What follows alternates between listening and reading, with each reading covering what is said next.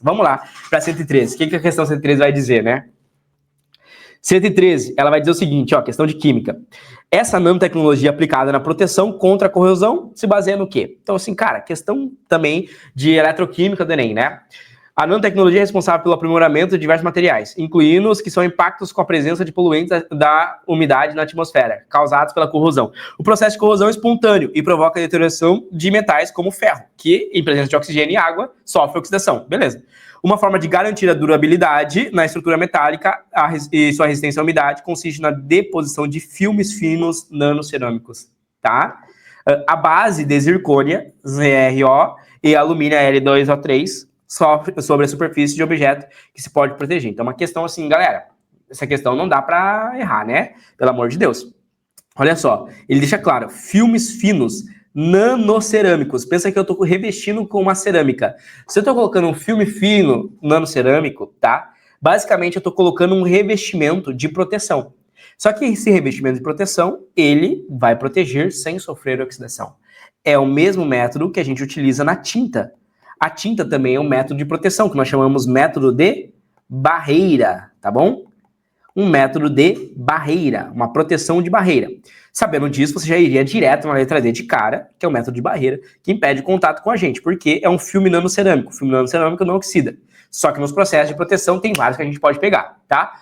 O primeiro deles é a proteção catódica, que utiliza um metal fortemente redutor, ou usa metais de sacrifícios que se oxidam no lugar do ferro, que basicamente são metais de sacrifício. Bom, eu posso, por exemplo, ter o ferro e colocar algum outro metal de sacrifício na frente dele ali que vai oxidar com muito mais facilidade, tá? E aí, pessoal, tem vários que podem aparecer na sua prova, tá? Um exemplo que pode cair na sua prova daqui a pouco pode ser o magnésio ou algum outro metal. Quando a gente analisa o potencial de oxidação, se a gente fosse olhar, você veria lá, o ferro tem um potencial de oxidação de mais 0,50. Tá? Um mais 0,54, assim. Esse aqui tem um potencial de mais 2,05. Logo, esse oxida no lugar. Ele se sacrifica ali no lugar. Ele é chamado de metais de sacrifício. Existem vários processos que trabalham com metais de sacrifício, tá certo? Coloca o metal para sacrificar e não fazer a corrosão ali do ferro. Inclusive, essa proteção catódica ela pode ser feita até mesmo em casco de navio, né? Onde eles colocam ali uns chumbos de metal. Tá, você vai olhar num casco de navio, se você pesquisar depois, né? Eles colocam lá uns pedaços de metal, e aí esse metal, ele vai sofrendo oxidação ao invés do casco de navio. Depois você arranca esses cascos, né? Você arranca esses cascos ali, e aí acaba que você não destrói o casco do navio, né? Você arranca só os metais ali que sofreram o processo de corrosão. Proteção catódica e metais de sacrifício entra dentro do mesmo fundamento. Se você colocar o metal ali para poder acabar, por exemplo, dentro do princípio, para mim, essa questão é extremamente fácil. Extremamente não, mas eu colocaria aqui o nível 3 de 5, tá? Questão nível 3 de 5, porque para quem estudou eletroquímica não tem como errar. Eu expliquei essa questão em aula, né? Passivação do ferro. Por que não é passivação? Passivação, ela acontece, por exemplo, dentro do contexto como se fosse o alumínio, tá? O que acontece no processo de passivação? Imagine que eu tenho uma superfície aqui de alumínio. O alumínio, conforme ele vai sofrendo o processo de entrar em contato com o oxigênio, ele vai produzindo uma camada, tá? Passiva, que vai proteger ele mesmo. O que não acontece com o ferro?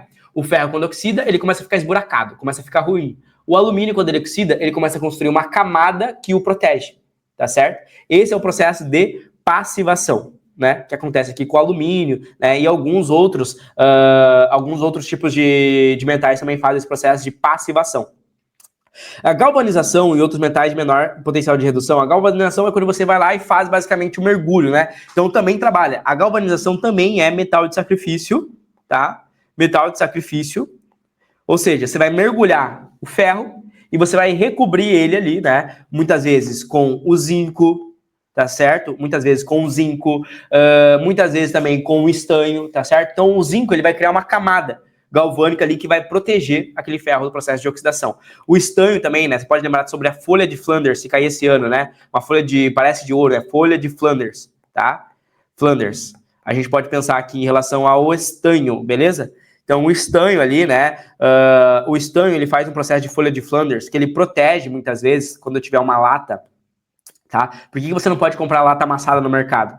Porque o estanho, ele vai lá e protege, que ele recobre a parte interna. Aqui, por exemplo, né? Existe ali mecanismos de latas, como do atum. Imagine um atum aqui, por exemplo, né? Ele vai lá e recobre a parte interna. Então, nós temos o ferro ali, que está recobrido por tinta, e nós temos a parte interna. O que acontece? Dentro disso, se esse ferro aqui, esse alumínio ali, aquele ferro, sofreu processo de corrosão, de oxidação, tá? De oxidação, ele não vai entrar em contato com o alimento que está aqui dentro, tá certo? Porque, basicamente, a folha ali que está ali dentro de forma interna protege. O problema é quando essa lata ela é amassada, porque quando essa lata ela é amassada, ela meio que rasga o revestimento interno, e aí, basicamente, se ocorrer o processo de oxidação, isso vai entrar em contato com o alimento. Se você lembrar bem, quando você come alimentos que sofreram o processo ali de oxidação, bactérias, né, fazendo processo anaeróbico e tudo mais, você tem uma doença chamada botulismo, tá certo?